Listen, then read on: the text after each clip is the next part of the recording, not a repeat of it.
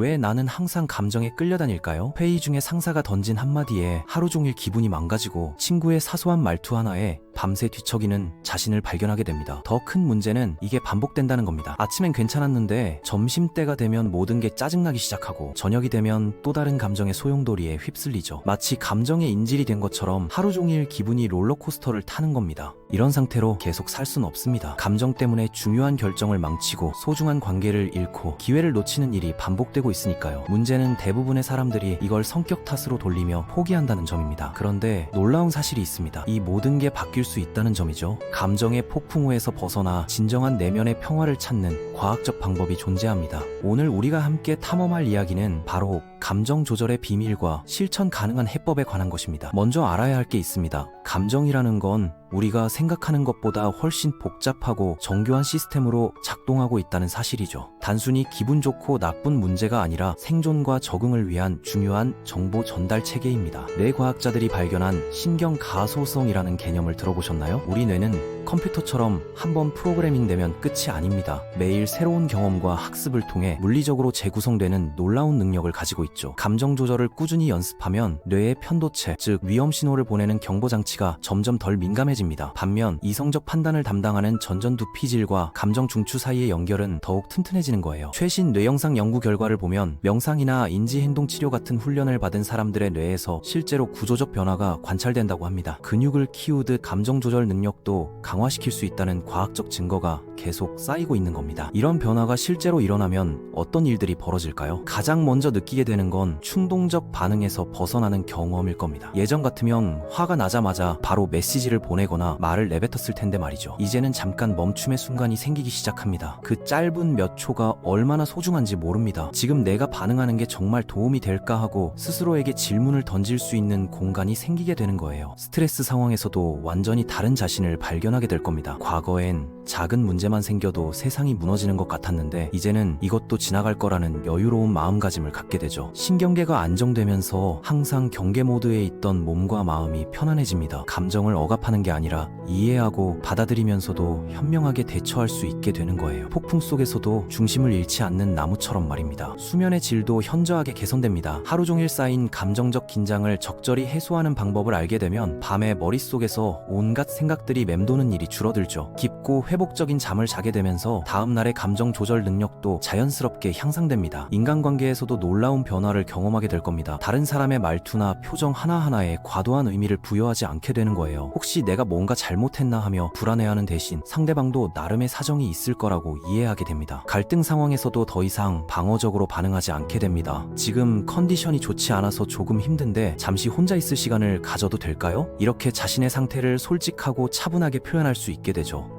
상대방도 더 이상 적이 아니고 내 감정도 적이 아니라는 걸 깨닫게 됩니다. 모든 관계에서 윈윈의 해결책을 찾으려는 성숙한 태도를 보일 수 있게 되며 이는 주변 사람들에게도 긍정적인 영향을 미치게 되는 거예요. 직장에서의 스트레스 관리 능력도 크게 향상됩니다. 상사의 비판적인 피드백을 받았을 때 예전 같으면 온종일 기분이 상해서 일에 집중할 수 없었겠지만 이제는 그 피드백에서 건설적인 부분을 찾아내고 개선점으로 활용할 수 있게 됩니다. 창의성과 문제 해결 능력도 놀랍도록 개선됩니다. 감정적 혼란이 줄어들면서 뇌가 더 명확하게 사고할 수 있는 여유 공간이 생기기 때문이죠. 복잡한 상황에서도 여러 관점을 고려해 최적의 해결책을 찾아낼 수 있게 됩니다. 그렇다면 구체적으로 어떤 방법들을 사용해야 할까요? 심리학 연구에서 검증된 몇 가지 핵심 전략들을 소개해드리겠습니다. 이 방법들은 수십 년간의 임상 연구와 실제 치료 경험을 통해 효과가 입증된 것들입니다. 감정에게 정확한 이름을 지어주는 것부터 시작해보세요. 단순히 기분이 안 좋다가 아니라 실망했다, 서운하다, 불안하다처럼 구체적으로 명명하는 겁니다. 감정을 명확하게 인식하는 것만으로도 뇌의 감정 중추가 진정되기 시작한다는 연구 결과가 있습니다. 변증적 행동 치료에서는 이를 자기검증이라고 부르는데 내가 느끼는 감정이 충분히 타당하고 이해할 만하다고 스스로에게 말해주는 거죠. 무시당한 기분이 들어서 화가 나는 것도 당연해,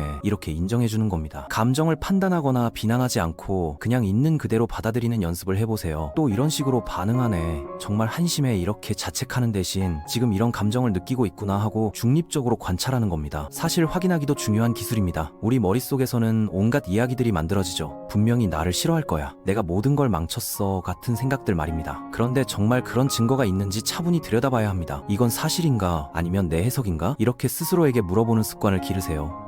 감정과 사실을 분리해서 생각하는 연습을 하면 감정의 강도 자체가 달라지게 됩니다. 안개가 걷히면서 실제 풍경이 명확해지는 것과 같은 경험을 하게 될 거예요. 지혜로운 마음 사용법도 익혀보시길 바랍니다. 우리에게는 세 가지 마음이 있다고 생각해보세요. 감정에 완전히 휩쓸리는 감정적 마음, 오직 논리만으로 판단하는 이성적 마음, 그리고 둘이 조화롭게 만나는 지혜로운 마음입니다. 목표는 감정을 무시하거나 과도하게 분석하는 게 아니라 지금 이 순간 진실되고 효과적인 선택이 무엇인지 물어보는 거죠.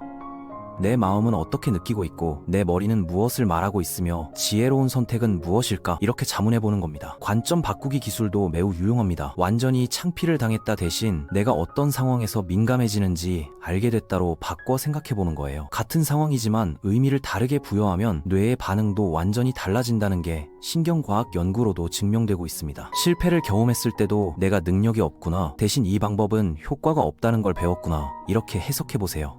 성장 마인드셋을 갖게 되면 어떤 경험도 학습의 기회로 바뀔 수 있습니다. 반대 행동하기도 강력한 방법 중 하나입니다. 슬플 때는 혼자 있고 싶어지죠? 그럴 때 오히려 누군가에게 연락해보는 겁니다. 변증적 행동 치료에서는 감정이 행동을 이끌어가지만 반대로 행동이 감정을 바꿀 수도 있다고 가르칩니다.